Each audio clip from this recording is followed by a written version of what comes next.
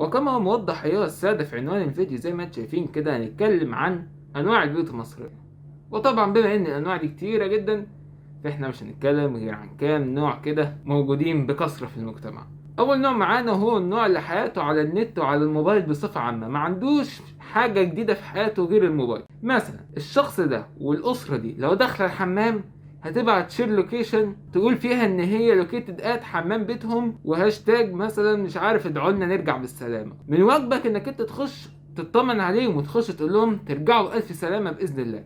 ده من واجبك، لان ده بالنسبه لهم طريق، بالنسبه لهم ده ايفنت جديد في حياتهم لازم يسجلوه. وتاني حاجه ممكن ما تلاقيهاش ان هي نوع قوي، بل انها هي عاده منتشره في 99.9999 الى ما لا نهايه في المية من البيوت المصريه، وهي والنبي يا احمد ناولني البتاع ده طبعا ست الكل اللي تقول الكلام ده. النبي يا احمد ناولني البتاع اللي هناك ده، البتاع ده يا امي.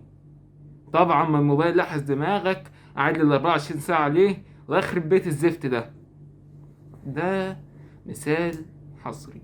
البتاع ده شيء يكون في دماغ الام بس، صورته كمان مش اسمه، صورته ده، والمفروض ان انا ابقى عارفه وكمان اجيبه لها.